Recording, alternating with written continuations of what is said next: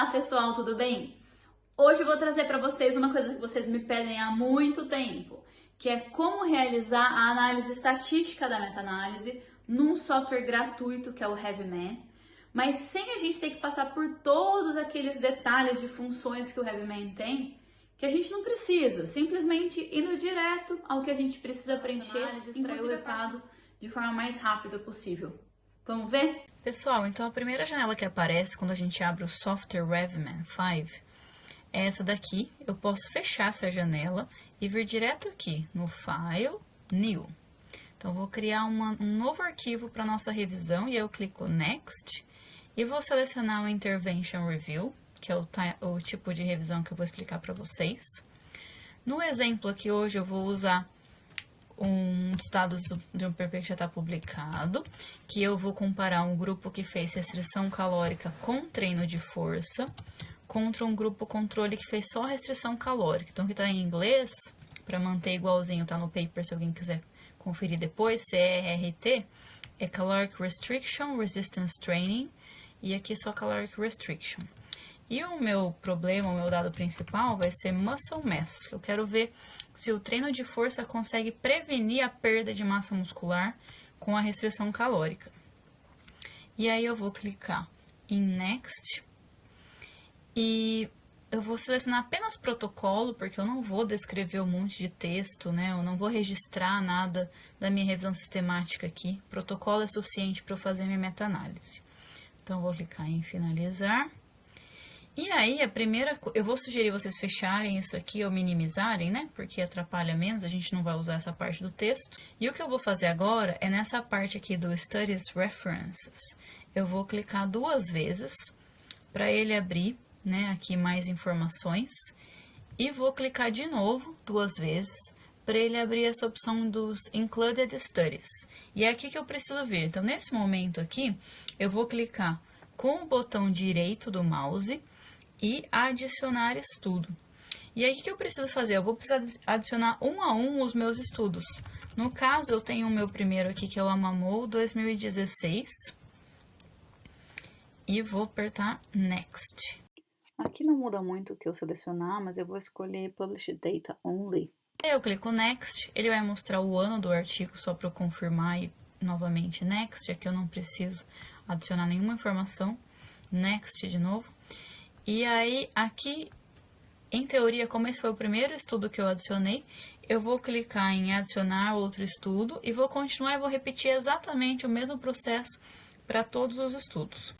Então, imagina que o meu segundo estudo é o Bouchard 2009 agora. Então, eu repito a mesma coisa. Essa é a minha forma de identificar o artigo, né? Tem algumas pessoas que vão fazer a referência completa com o et al. Aqui, ou vão preferir um número para identificar o artigo. Essa é a forma que eu tenho usado. Então, eu vou manter padronizada. Aí, aqui a mesma coisa, seleciono esse Published Data Only e clico em Next. Confirmo o ano novamente, Next. Não precisa adicionar nada, Next. E aí, aqui, quando eu tiver inserido todas as minhas referências, aí sim eu vou selecionar o Nothing e vou para o Finish. Agora que eu inseri todos os meus estudos, eu vou vir aqui no Data Analysis, vou clicar com o botão direito e vou adicionar comparação. Que comparação que eu vou adicionar aqui no meu caso? É uma comparação do CRRT versus o CR, certo? Restrição calórica com treino de força versus restrição calórica. E aí eu vou clicar Next, vou adicionar agora um desfecho, um outcome, dentro dessa nova comparação. Então, vou clicar continuar. E aqui ele vai explicar cada tipo de variável que você tem, que tipo de dado você precisa inserir. Então, para o nosso caso, como é dado de massa muscular em quilogramas, é uma variável contínua, a gente vai utilizar esse valor que a gente vai inserir média, desvio padrão, número de participantes em cada um dos grupos, no grupo experimental e o controle, né? No caso, nosso experimental é o que tem o treino de força e o controle é que tem apenas a restrição calórica. E aí, clico em Next. E aqui vou só renomear, o experimental é o CRRT e o meu controle é o CR. E vou colocar aqui o nome desse meu desfecho, de novo, que é o Muscle Mass. Vou clicar em Next. E aí, aqui nessa janela, apesar de parecer muito importante essas decisões, a gente pode alterar isso tudo depois na análise. Então, a única coisa que é importante que ele nem está autorizando a gente usar outro método estatístico é o inverso da variância, que é o método mais comum que a gente utiliza para o cálculo da meta-análise.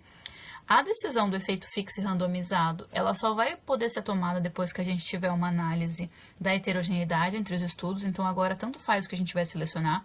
E aqui a gente vai escolher a diferença média, que é a bruta, né? Ou a diferença média padronizada, de acordo com a variável que a gente tem. Se todos os meus estudos estão reportando a massa muscular em quilogramas na mesma unidade de medida, eu não preciso usar a Standardized Mean Difference, eu posso usar o valor absoluto, porque uma variação de 1 kg no estudo significa exatamente a mesma coisa de 1 kg no outro estudo, né? Então, não preciso me preocupar com essa padronização aqui. E aí, eu clico Next, eu vou utilizar a análise mais comum possível, né? Que eu imagino que a maioria de vocês vai ter interesse em utilizar. Então, eu vou selecionar total e subtotal e vou selecionar o intervalo de confiança de 95%. E vou continuar. E aí, aqui, ele vai, de novo, me pedir para escrever, se eu quiser, né, o termo exato. Então, o meu grupo experimental é o CRRT e o meu grupo controle é o CR. A minha unidade aqui é quilogramas. E a escala, eu vou colocar 1 porque eu já sei o tamanho da variação, mas não tem problema se você colocar um valor que não ajusta bem a escala, porque depois você consegue alterar. E é mais fácil, né? Eu vou só colocar 1 porque eu sei que eu já vou visualizar bem com uma escala de 1. E aqui ele vai te dar a opção de escolher que ordem você quer os estudos. Então, se você selecionar Study ID, ele vai colocar em ordem alfabética, que já é o que eu selecionei, que é o que eu gosto de usar, mas também é bastante comum as pessoas escolherem por ordem da idade dos estudos, né, data de publicação, e tem outras opções aqui. Eu vou mostrar para vocês com a ordem alfabética, vou clicar em Next. Como eu só vou fazer esse exemplo com um único desfecho para vocês, eu vou selecionar o adicionar os dados do estudo para esse novo desfecho que eu acabei de criar. Então, eu vou para essa opção aqui, vou clicar em continuar. E aí, o que você tem que fazer aqui apenas, né, para não precisar ficar inserindo dados um por um, é selecionar segurando o Shift aqui todos os estudos. Uma vez que eles estão todos selecionados, você clica em finalizar. E aí, ele já vai te dar aqui essa tabelinha. Se por acaso você não estiver visualizando essa tabela, às vezes é porque o software te devolveu para essa aba aqui, ó, de Text of Review. E aí, você só precisa clicar aqui ou procurar aqui, clicando 2 vezes no seu desfecho dentro da sua comparação, né? Então, só você clicando 2 vezes que você acha essa aba, se ela desaparecer, porque às vezes isso acontece nesse software. E aí, basicamente, o que você precisa fazer aqui agora é inserir. Então, eu vou copiar e colar todos os meus dados aqui de uma única vez. Uma vez que eu insiro meus dados aqui, pessoal, lógico que é bom sempre conferir com bastante atenção os dados, se você fez a separação decimal de forma correta, por ponto, né, de acordo com a configuração do seu computador, ele está entendendo o dado da forma correta. A minha meta-análise já está pronta, agora eu vou basicamente só tentar interpretar, entender o que aconteceu aqui. Então, eu vou fazer alguns ajustes aqui nas dimensões, né, porque eu não preciso ver o que está aqui à esquerda, mas eu quero ver um pouco melhor o que está aqui no gráfico, na tabela. Então, primeira coisa, eu vou precisar dar uma ajustada aqui, porque aquela escala de 1 deixou ainda um monte de intervalo de confiança para fora da minha visualização. Então, agora que eu ajustei para 4, ficou perfeito. Consigo ver todos os estudos aqui no Forest Plot. Aqui eu posso conferir que está selecionada a diferença média, né, que é a bruta. Está utilizando no momento o efeito fixo, que eu não sei se é o efeito melhor para mim, porque eu ainda não consegui conferir a heterogeneidade. Então, vamos arrastar um pouquinho aqui, ó, para a gente conseguir ver o resultado da heterogeneidade. Então, o valor de P da heterogeneidade mostra que a heterogeneidade não é significante. Então, a gente pode manter o efeito fixo aqui, como já está. E aqui, como vocês podem ver, né, se vocês lembrarem, o nosso efeito que está sendo estudado aqui é a diferença entre a redução da massa muscular Como dá para confirmar aqui quando a gente às vezes confunde, eu sugiro que vocês sempre voltem aqui para revisar o valor que foi inserido, se está correto. Então, como a gente pode ver, o grupo restrição calórica, todos os estudos mostraram um efeito negativo, porque a gente está estudando um efeito de redução. Então, quando a gente lê aqui favorece o grupo restrição calórica, significa que reduziu mais a massa muscular no grupo restrição calórica do que o nosso grupo intervenção, que fez o treinamento de força. Então, o treinamento de força, de fato, preveniu a perda de massa muscular. É isso que a gente consegue interpretar aqui de forma significante. Por que de forma significante? Porque o intervalo de confiança do diamante, que é do nosso efeito sumarizado, né, que considera o peso de cada estudo, ele não cruza a linha central do efeito nulo. Então, significa que cada 100 vezes que eu testar essa hipótese, 95 dessas vezes, o meu intervalo de confiança vai ser para maior redução de massa muscular com a restrição calórica do que com o treino de força. Outra forma de conferir isso é olhando aqui para o valor de P, que foi extremamente significante. O que mais que eu preciso ver aqui? Eu já conferi o meu... a unidade que está o meu resultado, que está na diferença média bruta, eu já conferi o tipo de efeito que é o fixo e eu selecionei o fixo de acordo com o meu resultado aqui, que não teve nenhuma heterogeneidade. Caso o resultado fosse heterogêneo, basta eu clicar aqui, ó, Change to Random Effects. Eu clico e ele já vai me mostrar o resultado do efeito randomizado. Mesma coisa para a diferença média.